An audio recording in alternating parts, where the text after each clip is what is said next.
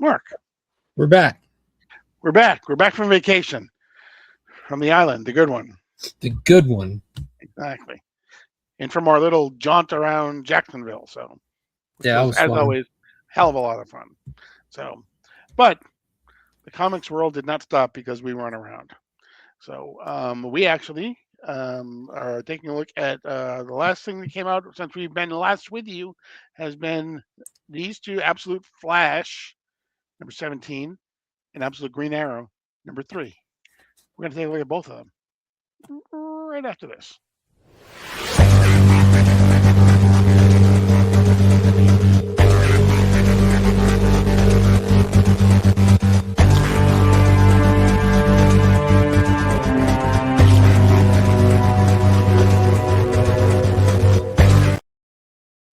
Before we get started, don't forget to make sure that you hit the like button, hit the subscribe button. Don't forget to leave us a comment, let us know how we are doing, and hit the notification bell so you're loaded whenever we upload new content. So we're going to start with Absolute Flash, number 17. Um, Bad news if you're a Daddy of Grodd fan, but we'll get to that. No, that was sad. Hmm. Starting with Absolute Flash. Okay. Yeah, yeah. That's the one. So we start then, which is pretty 3 days ago. exactly with the Rogues, basically. These books are afraid of linear They storytelling. really are. They really are. Yeah, we're starting with the Rogues, talking to an oldie but a goldie, one who we've only seen for a brief moment. He's back to converse more with our Rogues, none other than Rick Flag, giving them instructions on where to go and why they're going to go there. Yes, not the one from the main universe. He's still missing. He's missing. Someday he'll be back, and Mark's going to be so happy. Dude, it's been a while. It has been a It's while. been years now. It's been since Earth 3, right? Yeah. Yeah, the end of that last Teen Titans run. Mm-hmm. Exactly. Everyone else who was on his crew is accounted for. Right. Black Manta and everyone. No Rick Flag. Right.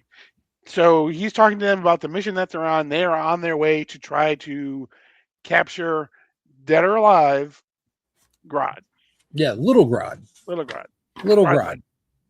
So yeah, they're just for the first few issues or first few pages is them kind of catching up to where we last left off with Flash and Linda.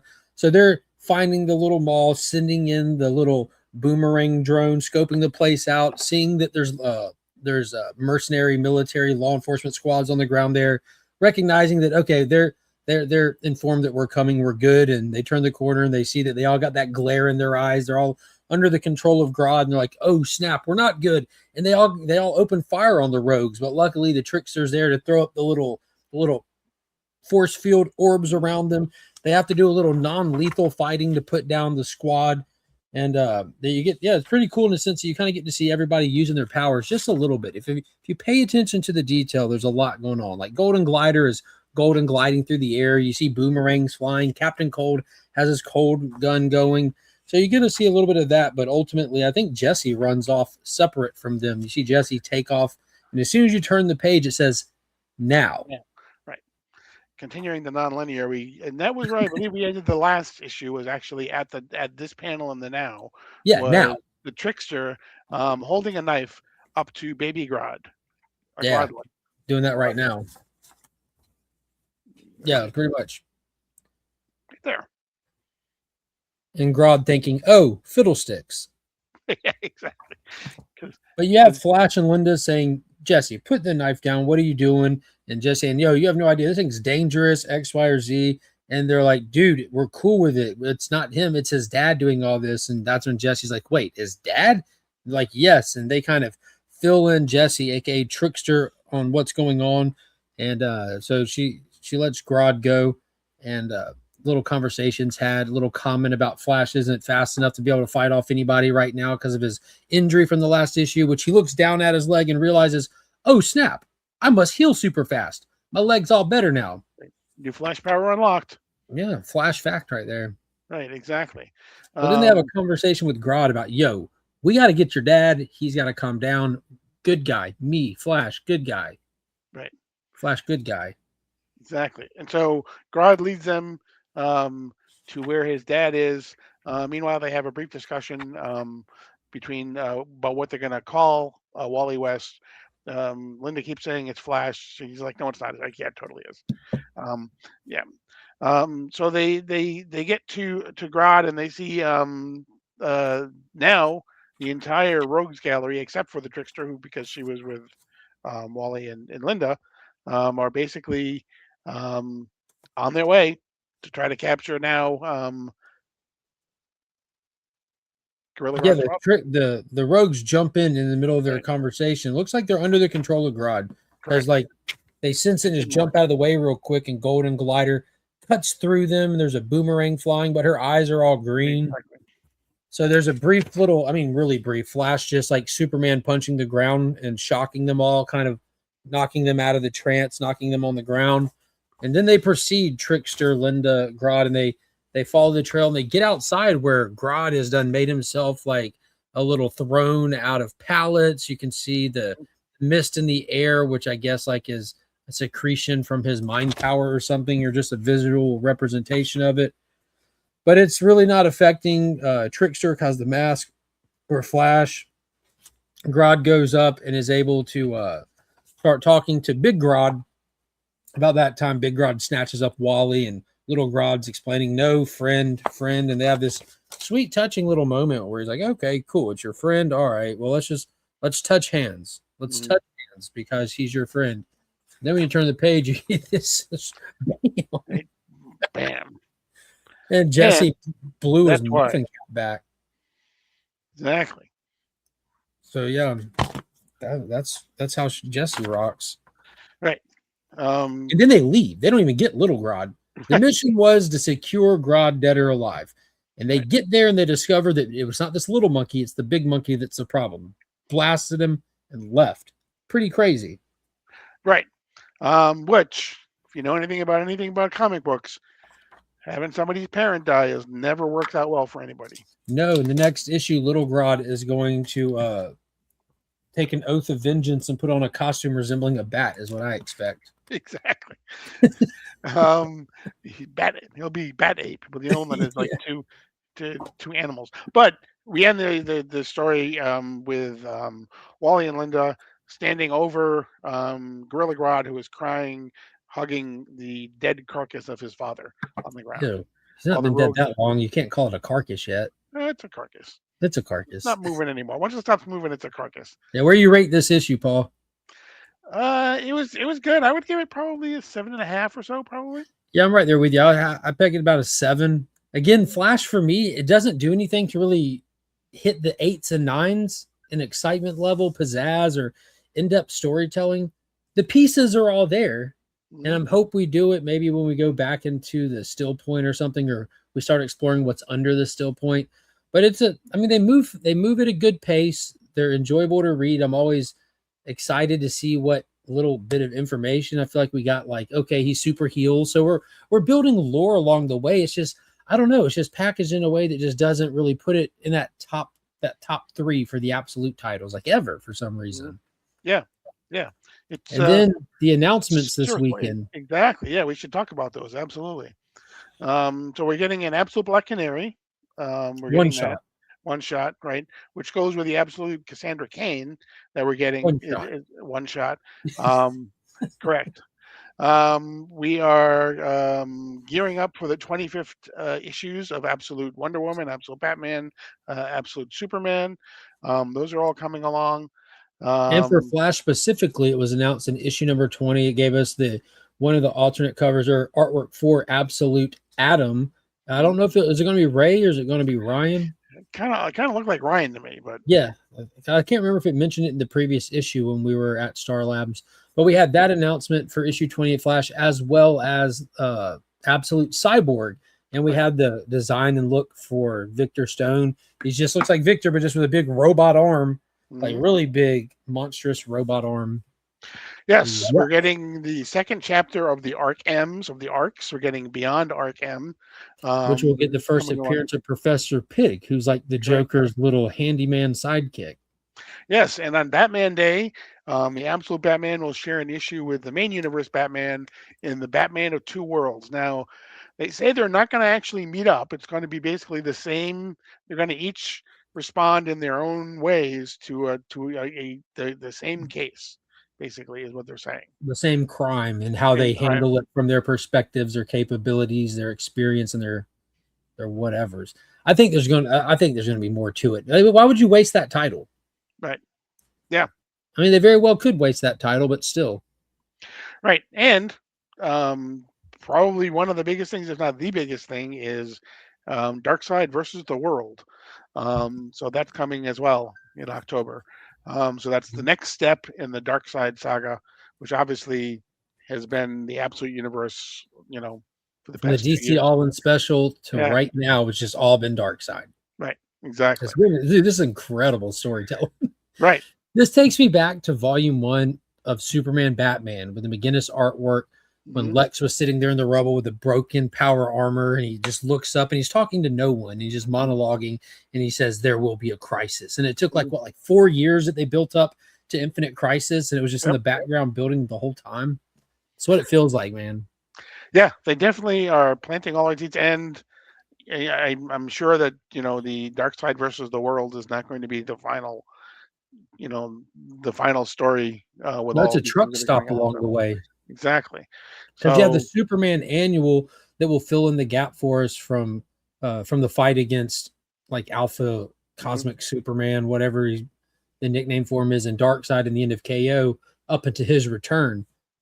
And people forget, like, this stuff, like, you might think it's separated. It's not separate. Like, it's all intertwined, the Absolute and the main universe. Yeah, absolutely. I mean, because if you to come out today, your story about all the different announcements that came out will come out today for everyone. You talk about the fact that all of these things have appeared. I mean, the Legion of the Dark Side, the Legion of Darkseid has appeared in the main universe. Booster Gold has been in both. They saw Back each and other, forth. although they didn't really, the absolute characters Trinity were under control of Darkseid, but they met each other in DCKO. Yeah, they So in the center of our Earth, of Earth Prime. They were here. right, exactly. So let's talk about Absolute Green Arrow. Before we start, I just want to say I now want to change who I think is the Green Arrow.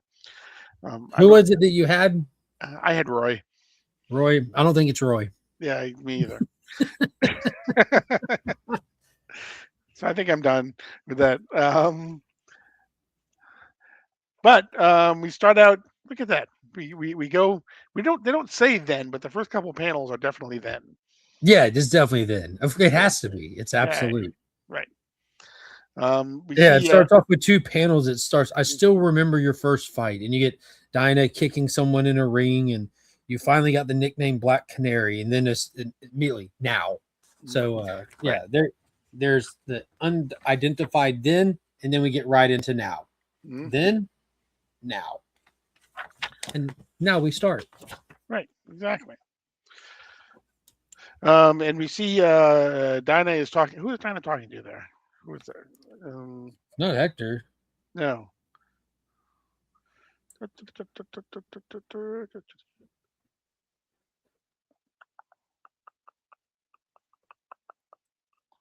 Oh, it was basically a person. It was a friend of her dad. That's what it is. Oh yeah. Old person from the, because it starts hinting at she's talking to this guy at a diner, and it hints at like how he used to be friends with Dinah's dad, but they haven't talked because he thinks I'm some kind of Judas for how things went down with your mom. It's kind of giving us context to like how the death of her mom must have fractured her dad in more ways than just one. Friendships, professionally, stuff. But he is totally on board. He's very still friendly with Dinah, and says, ask me for whatever you need. And she starts to ask, when was the last time you heard from him? And it's been a long time. He texts him every month, but he never answers, type of a thing. And so we see Dinah heading out to try to see if she can find her dad or find any clues to what's going on with the Longbow Killer. Or the Green Arrow. Yeah, there's even the comment of going back to the mom and dad thing about how her mom hurt a lot of people, is what she said in her narration. Dad always wanted to believe there was more to what mom did. The world's most complex than the people we love betraying us, but the world's simply hard. So apparently her mom was a bad guy. Hmm. So yeah, at the end it says, I was hoping the SCPD know more than what Malcolm would tell me. So she just met up with an old police friend of her dad's just to see if they had any beats on Green Arrow, and we got nothing. We got nothing, and this is all happening after the big throwdown that occurs when you turn the page. We're going back in time. Right. A And few days we ago. exactly to a couple of days ago, where we basically again we see the Green Arrow there, and he is taking taking care of business. He's got some explosions that he's setting off to deal with some of the people. Um, Yeah, he's killing an actor right off the exa- bat, exactly. and he gets the dime dropped on him. They catch up to him. They were ready for him, or so they thought. Right. And then we flash back to now, where now Dinah actually has a bow and an arrow, and she's basically shooting them at Roy Harper. Wants to know what's going on with Roy. If you recall, at the end of the last issue, the very last panel had Roy Harper digging up the grave of Oliver Queen. Yeah, he was digging up bones. Exactly. So she's questioning him on what he's been up to. Why were you at the brownstone? Why are you doing this?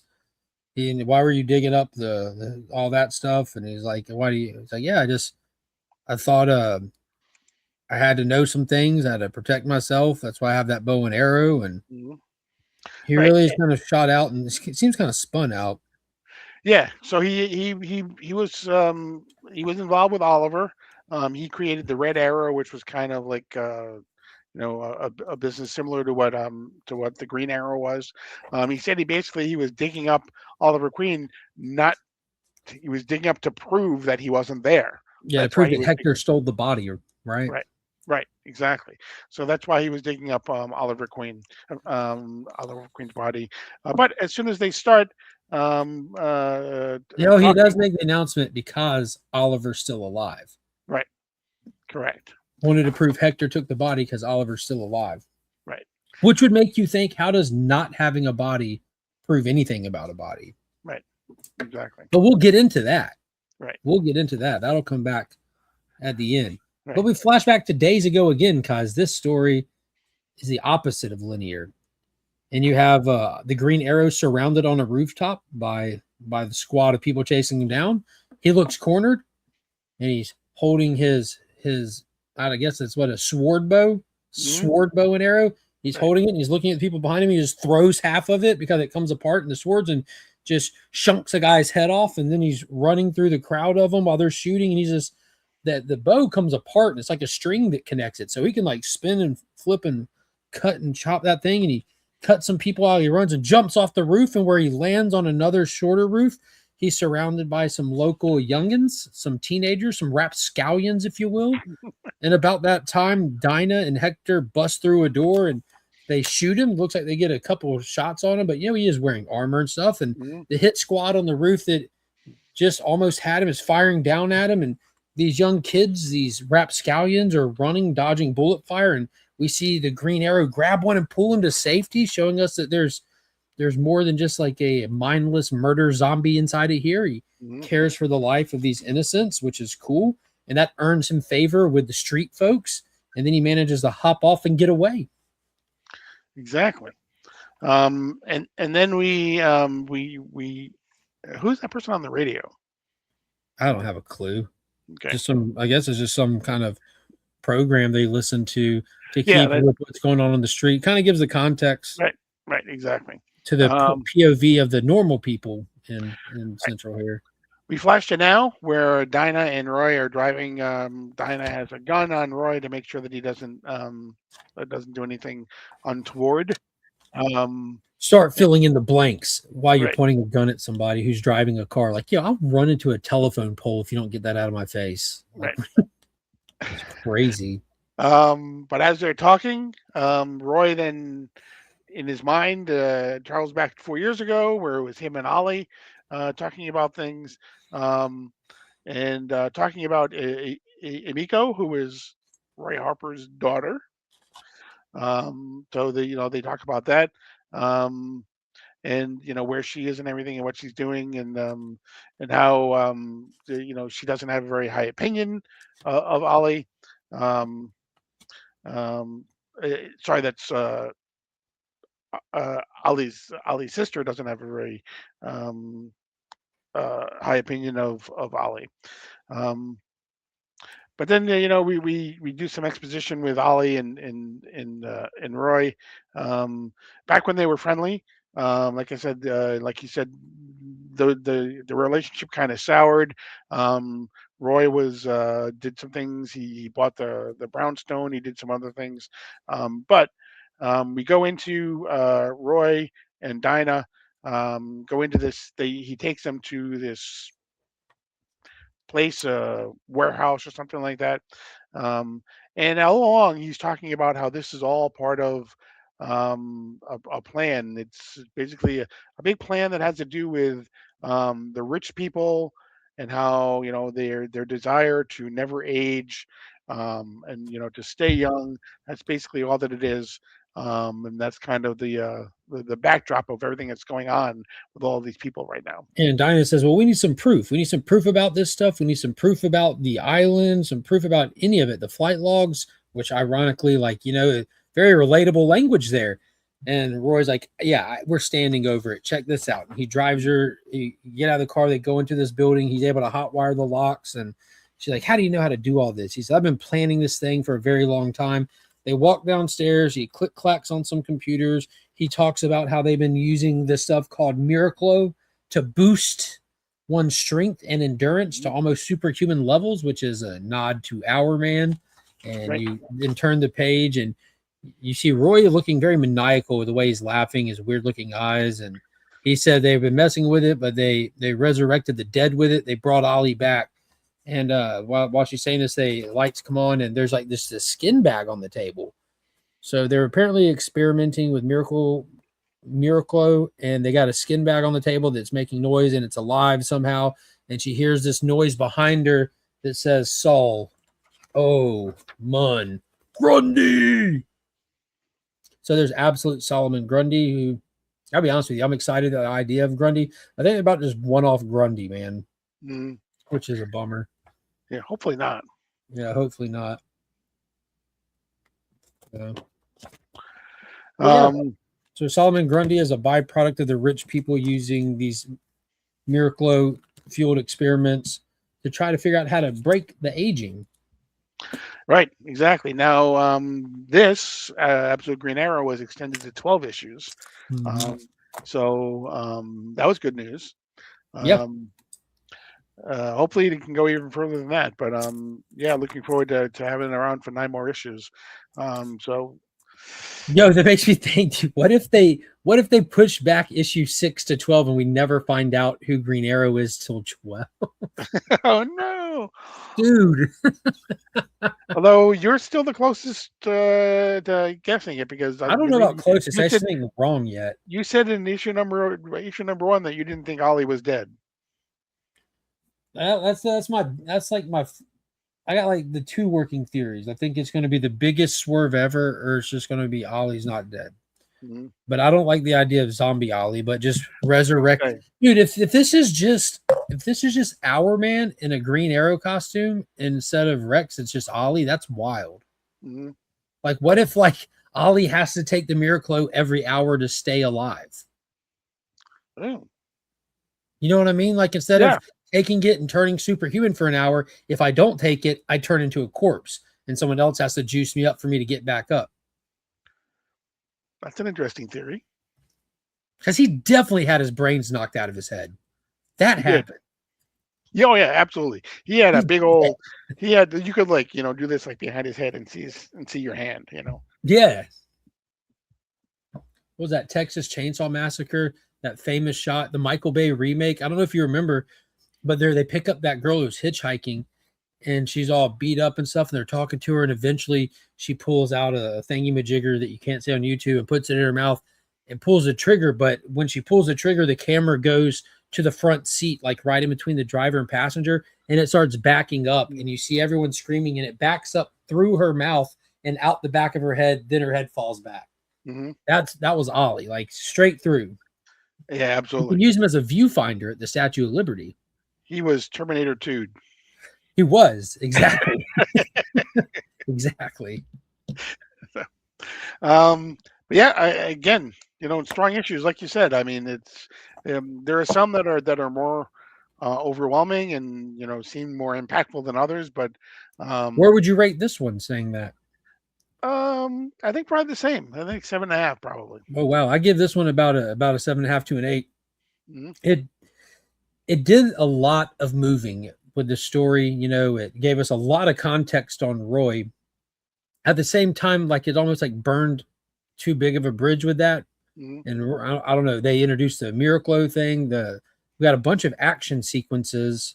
The hopping around, it gets a little whatever at times. You could have told this exact comic book in regular timeline, like with Mhm. these pages. You wouldn't have broken anything. I don't understand why they're doing that, but I don't know. I think it did a good job moving the mystery forward and getting some good action. The big reveal at the end was super cool. I don't know how I feel about the design with all the eyeballs all over him, Mhm. but I mean, how do you really make Solomon Grundy more absolute than he already is? He's Solomon freaking Grundy, so Right. we'll see.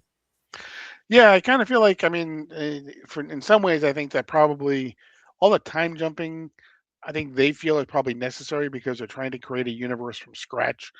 Hmm. And so they're trying to give everybody, well, we can't do all that stuff from now and then, years later have it impact what's going on. So we got to kind of intersperse it as it goes along, type of a thing.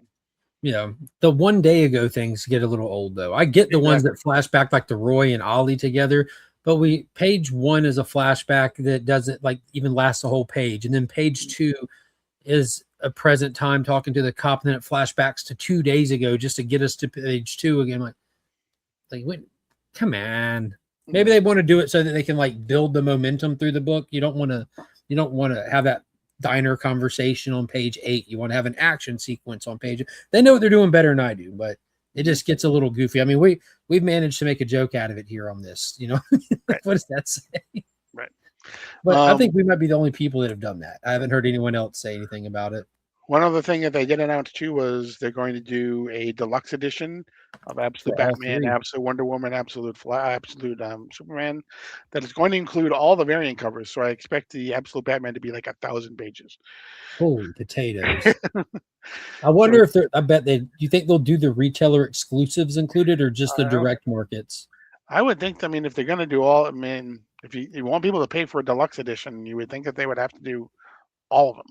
Well, I mean, I get the concept of all of them, but to your point, man, you'd have to put more than one on a page. You'd have to have like a grid for the retailers. Yeah. I could see them doing like full page splashes of the direct markets, but doing like a back of a comic version of all the covers for the retailer exclusives.